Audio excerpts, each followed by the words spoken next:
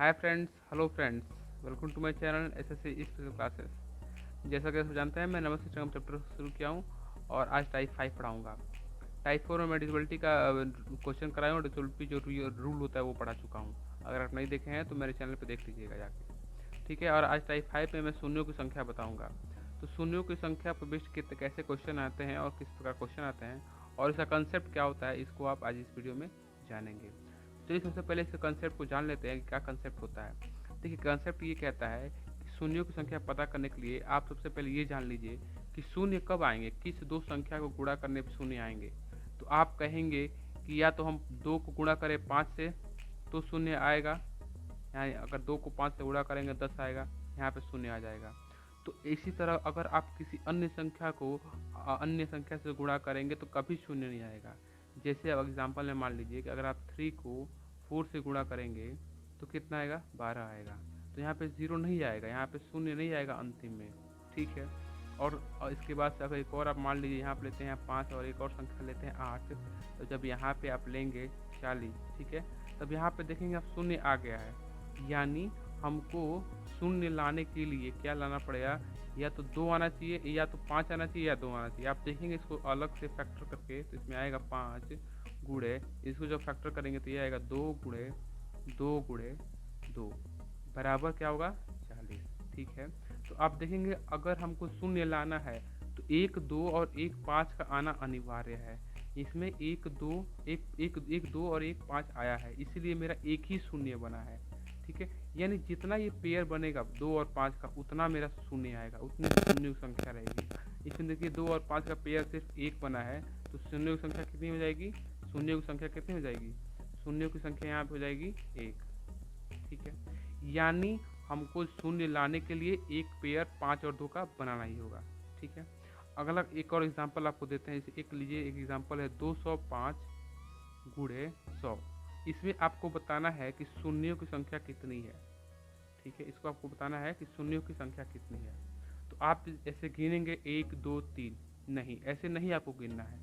शून्यों की संख्या हमेशा दाईं ओर से, यानी ये दाईं ओर है, ठीक है, इधर से दायां ओर है और इधर से बायां ओर है। दाईं ओर से शून्यों की संख्या गिनी जाती है, ना कि बीच में आ जाए, पहले आ जाए, इसको नहीं गिना जाता है। क्वेश्चन में हमेशा दाईं ओर से ही पूछा जाता है। अगर क्वेश्चन में लिखा रहता है दाईं ओर से, तो आपको दाईं ओर से गिनना है।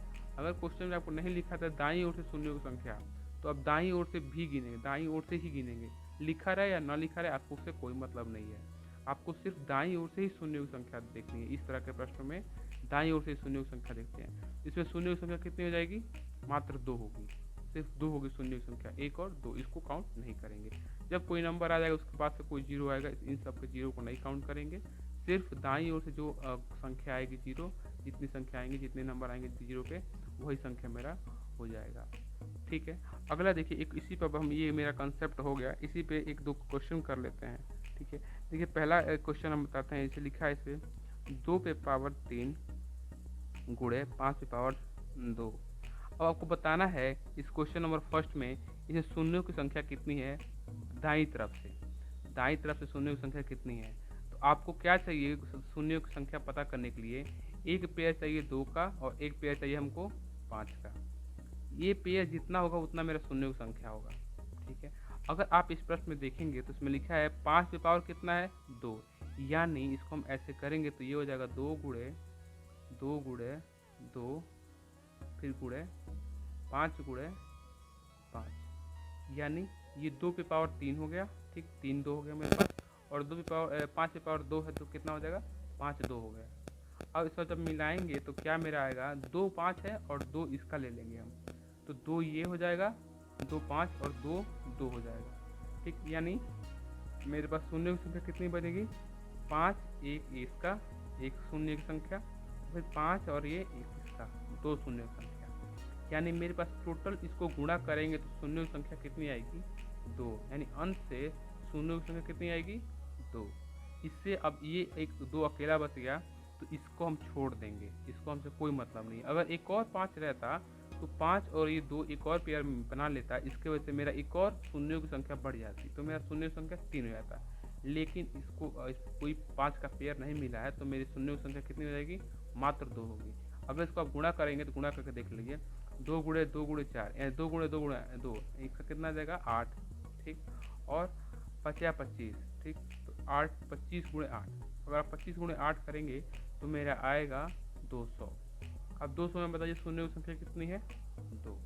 तो आप ऐसे गुणा करेंगे तो भी वही आएगा, अगर इस तरह से आप करेंगे तो भी वही आंसर आएगा। ठीक है, अगर इसी में और बड़ा लेंथी आपको क्वेश्चन आया तो आप इस तरह करेंगे तो आपको टाइम लग जाएगा, और क्या होगा आपको परीक्षा में ज़्यादा समय नहीं रहता है कि आप उस तरह से कर पाएँ। तो आपको इसी मेथड से जल्दी आप निकाल पाएंगे। ठीक है, एक और क्वेश्चन आपको दिखा देते हैं कि कैसे आपको, एक और क्वेश्चन आपको यहाँ पे हम बता देते हैं। ठीक है, एक और क्वेश्चन देखिए लिखते हैं, इसमें हो जाएगा 2 की पावर 100, ठीक, 2 की पावर 100 गुणे 5 की पावर 35 गुणे 6 की पावर 37। इसमें आपको बताना है कि शून्यों की संख्या कितनी होगी। देखिए एक और मैं आपको रूल बता देता हूँ, एक ट्रिक बता देता हूँ कि अगर आपको शून्यों की संख्या पता करना है तो जो न्यूनतम रहेगा या तो 5 की जो संख्या है वो न्यूनतम रहे या 2 की संख्या न्यूनतम रहे। जो न्यूनतम रहेगा उतनी ही संख्या हो जाएगी शून्य की। लेकिन अगर ये मान लीजिए 5 किसी में 10 हो जाता है और 2 किसी में 8 हो जाता है, तो अब आप बताइए उस प्रश्न में जो शून्यों की संख्या कितनी होगी 8। उसमें शून्यों की संख्या कितनी हो जाएगी 8। इसमें न्यूनतम क्या है, इसमें 8 न्यूनतम है, 10 है और 8 है, इसमें 8 न्यूनतम है, तो कि मेरे शून्यों की संख्या कितनी हो जाएगी 8। अगर ये न्यूनतम रहता तो ये हो जाता, इतना शून्यों की संख्या हो जाता है। जैसे इस प्रश्न में आप देखिए, इसमें लिखा है कि 2 कितना है 2 मेरा 100 है, यानी 2 गुणे 2 गुणे 2 गुणे हम करेंगे 100 बार जाएंगे तो 2 कितना है मेरा 100 है। मेरे पास 2 हो गया 100, और मेरा 5 कितना हो जाएगा, मेरे पास 5 हो जाएगा कितना 37 5 है। ठीक है, और जब इसको आप फैक्टराइज करेंगे तो ये हो जाएगा 2 गुणे 6 हो जाएगा ना ये, फिर 37 है, 37 और दोनों पे हम 37 क्या करेंगे पावर लगा देंगे। अब बताइए इसमें 2 कितनी बार आया है, 2 कितनी बार आया है 2 आया है मेरा, 100 बार ये आया है और 2 बार यहाँ पे भी 37 बार यहाँ पे आया है। 137 बार मेरा क्या आ गया टोटल 2 आया है, और 5 कितनी बार आया है तो 5 आया है मेरा 37 बार। ठीक है, और फिर ये 3 आया है कितनी बार 37 बार। आपको किससे मतलब रहता है, बस 5 और 2 से मतलब रहता है, हमको इससे कोई मतलब नहीं है शून्य की संख्या लाने वाले प्रश्न में। ठीक है, तो आप बताइए कि 5 वाली संख्या की न्यूनतम है कि 2 वाली संख्या का जो पावर है वो न्यूनतम है।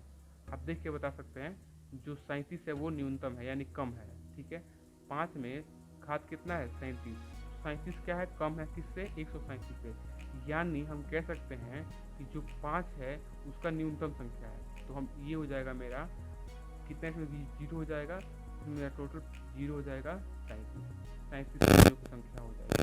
ठीक है, यानी मेरा कहने का मतलब ये है कि कितना हम पेयर बनाएंगे, तो जो आप बनाएंगे इसका पेयर तो 2 गुणे 5 का एक पेयर, ऐसे आप बनाते रहेंगे तो 37 जब पेयर बन जाएगा तो इसमें तो बच जाएगा, इसमें 2 100 बच जाएगा, लेकिन 5 खत्म हो जाएगा। तो हम जो 2 बचा के क्या करेंगे जब मेरा 5 है ही नहीं, और शून्य की संख्या हमेशा किससे बनती है 2 और 5 के पेयर से बनता है। तो मेरा 5 जब 37 खत्म हो जाएगा तो 2 बच जाएगा 100, उससे हमको तो कोई लेना देना है ही नहीं, तो मेरा शून्य की संख्या कितना हो जाएगा इसमें 37 हो जाएगा। ये आप शून्य की संख्या पे कैसे निकालते हैं ये आप पूरा कंसेप्ट जान गए, और 1-2 क्वेश्चन भी आप समझ गए। ठीक है, नेक्स्ट वीडियो में मैं इसका और एडवांस क्वेश्चन बताऊंगा कैसे एसएससी आपके क्वेश्चन को इस पे बेस्ड क्वेश्चन कैसे पूछता है। ठीक है, तो नेक्स्ट वीडियो का आप इंतजार करिए, आगे नेक्स्ट वीडियो में आपका क्वेश्चन बताऊंगा। ठीक है, तो आज के लिए इतना ही। Thanks for watching, keep watching.